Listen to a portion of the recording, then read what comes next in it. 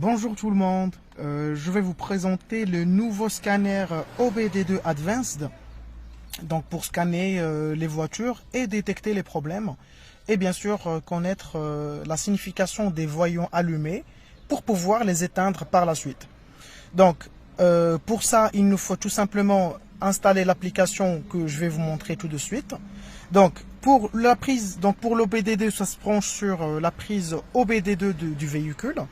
Donc ici sur la Mercedes de 2010, donc le port OBD2 se branche ici.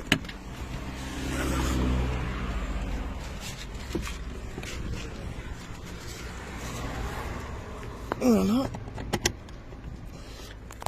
Donc on le branche jusqu'à ce que le voyant sera allumé. Voilà. Ensuite, on met la voiture en contact. Voilà, c'est bon. Donc la première des choses, c'est qu'on va installer l'application Car Scanner. Voilà, donc moi je conseille cette application parce qu'elle reste complète et facile d'utilisation. Donc elle est gratuite à vie. Donc après avoir installé l'application, on clique sur ouvrir. Ensuite, on y va sur Bluetooth. On clique sur OBD2.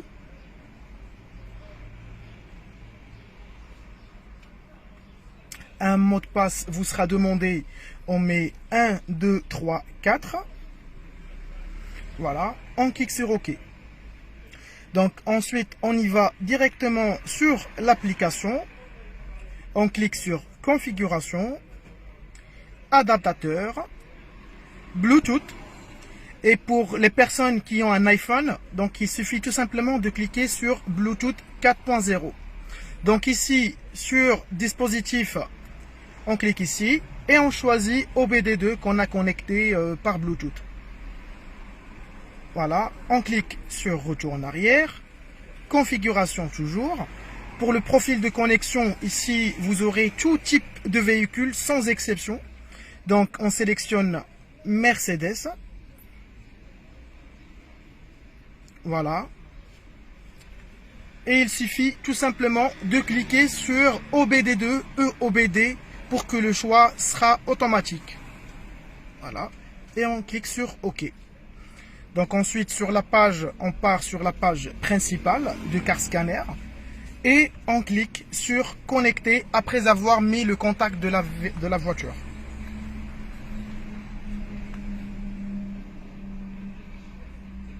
Voilà, connexion réussie, c'est parfait. Il paraît qu'il peut travailler plus vite, on clique sur oui. Et là c'est parfait, donc on a la connexion à l'ELM et à l'UCE du véhicule. Donc pour connaître la voiture, puisqu'on a le voyant check moteur qui est allumé, comme on peut le remarquer, je vais démarrer la voiture.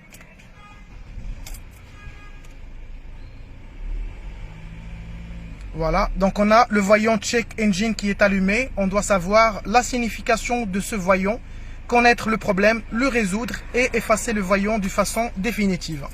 Donc pour cela, il suffit tout simplement de mettre la voiture en contact. Donc on y va sur Anomalie.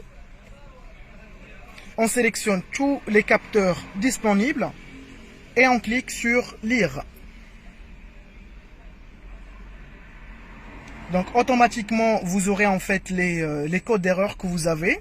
Donc pour connaître la signification de ces codes, il suffit tout simplement de cliquer sur le code et vous serez orienté directement sur le site pour connaître la signification et le mode de résolution. Donc on clique sur le code P0102. On sera orienté directement donc, sur cette page Google. On clique sur ce lien. Et on peut savoir que le problème vient du débitmètre. Donc, sûrement, il y a un court-circuit sur la masse du débitmètre. Donc, il va falloir vérifier l'entrée et la sortie du débitmètre. Ensuite, on va y revenir pour connaître la signification du deuxième problème. Donc, on clique sur le P0112. On y va directement sur le premier lien. Et on peut comprendre qu'ici, on a un problème au niveau de la sonde de température d'air. Également, il y a un court-circuit au niveau de la masse. Voilà, donc après avoir compris les problèmes et le mode de réglage, donc on revient sur l'application une dernière fois. Et ici, on clique sur effacer pour éteindre le voyant Check Engine. Donc, quand on clique sur effacer, c'est possible de cliquer tout simplement sur effacer uniquement les DTC trouvés. Et on clique sur OK.